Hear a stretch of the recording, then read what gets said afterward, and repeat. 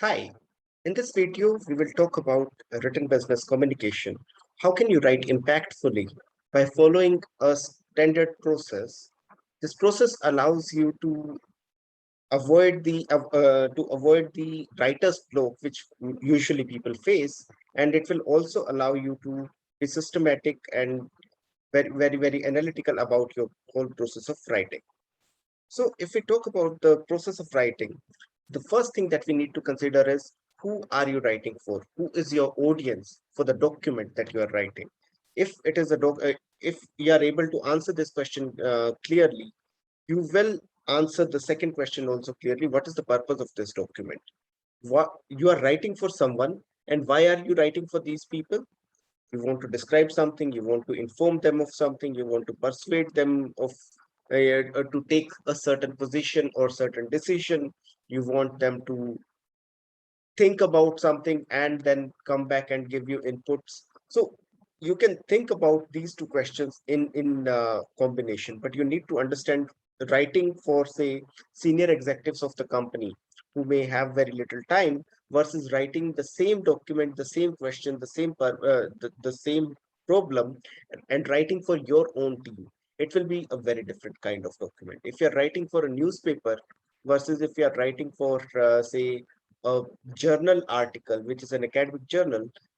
Even though the theme will be same, the content will be same, the presentation will be very different, because the kind of knowledge, the kind of understanding these people have, or these groups of audiences have, is very different, and their intentions or their ability to take action on this information again is very different.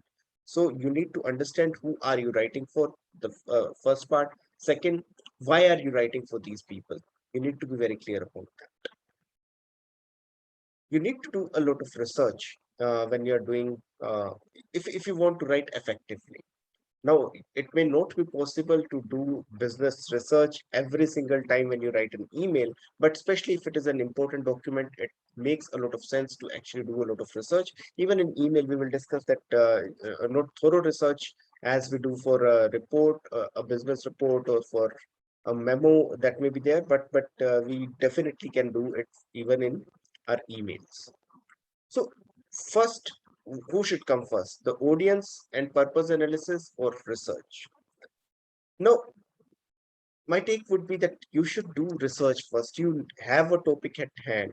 You should do thorough research about it. You should understand that what exactly is it that that is there in this problem that you are trying to address.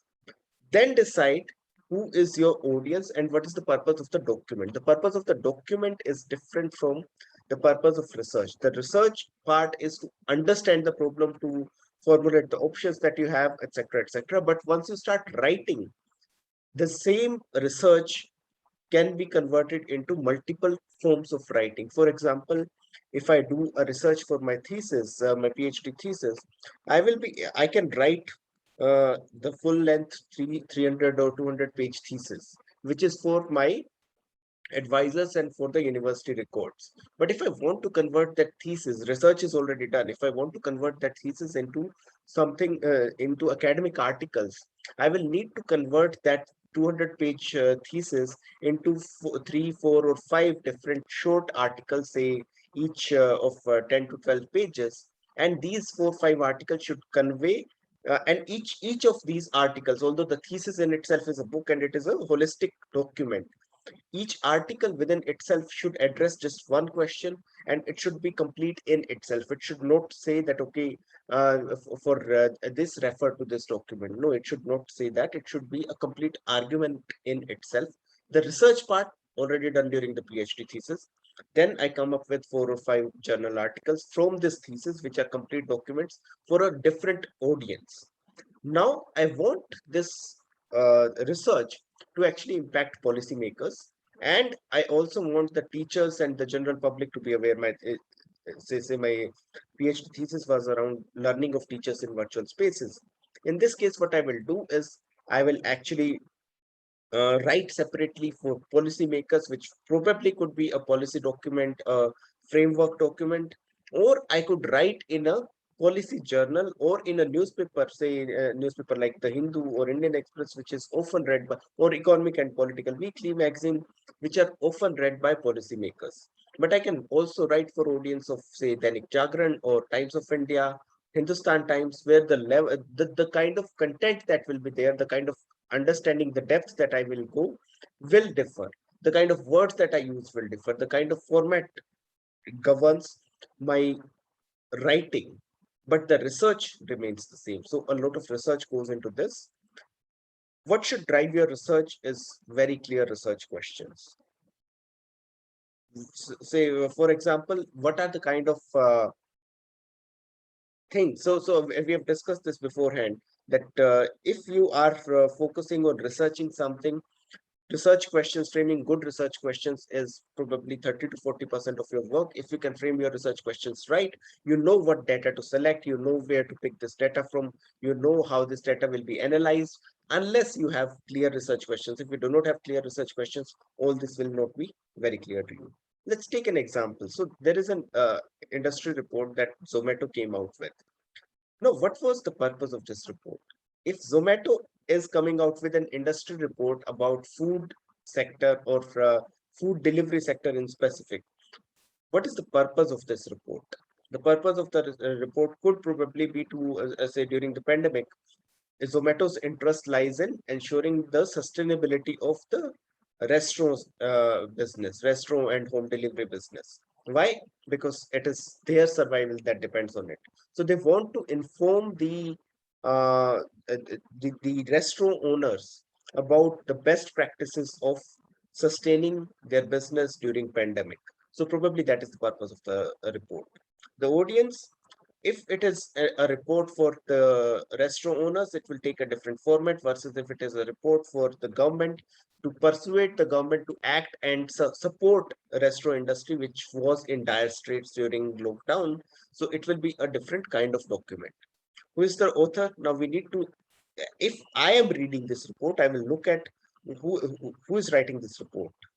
Is there a bias involved if Zomato is writing this report versus if a third party which has no direct links to or no direct stake in restaurant industry or the food delivery business? I will look at this report from a very different lens. Is the author reputed? Is the author if they have come up with previous reports or if they have come up with previous research documentation, have they been credible? What is their past credibility? Sometimes there are news outlets which you can rely for. They do a very thorough analysis of anything that they publish, versus there are news outlets, mainstream news outlets, which you cannot trust because they publish a lot of fake news also, and then do not even care to say that okay, this was actually wrong. For all this, like we need to be aware of, is there a possible hidden agenda in the document? Hidden agenda again will be linked back to looking at the reputation, looking at the bias of the uh, person who is publishing or the organization that is publishing. We need to look at the method. Who are the sources of information? What are the sources of information? Are these sources providing the complete information? Is it possible to collect this data? I mean, if you are taking a sample which is like 3,000 people out of total and making a generalization about population of India, it will be absurd. And even within that, even if it is 30,000 people, the method, the way you select these 30,000 people, the kind of diversity you can bring in, all these things matter, and that should be clearly stated in any good written document. Again, validity in terms of, say, Zomato industry report, if it is about the pandemic and the situation prevailing and what things can be done, how long will this report remain valid? It will not remain valid if the lockdown opens and everything becomes normal. How long will it remain useful? Useful in the sense that can I use the conclusions from this report or recommendations from this report right now? Or were these things valid earlier and now I cannot use it for any practical purposes?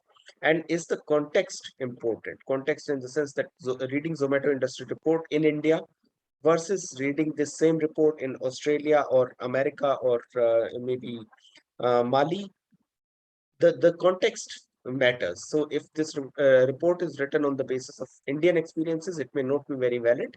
for outside experiences, although you can draw some lessons from here. You can use several tools to work on your research and to craft your document. Some of these are note-taking things, some of these are mind mapping, or say Trello, where you can organize your thoughts. All these documents you can, or these and several others. These I personally use, but it's not necessary that you use all these tools. You can use any tools that will help you in the process of research and writing.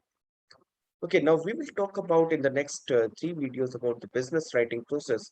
We will go through a very systematic process of three-step process: analyzing, crafting, and editing. The ACE process of writing: analyze, craft, and edit. So we will talk about the analyze part in the next video. Thank you.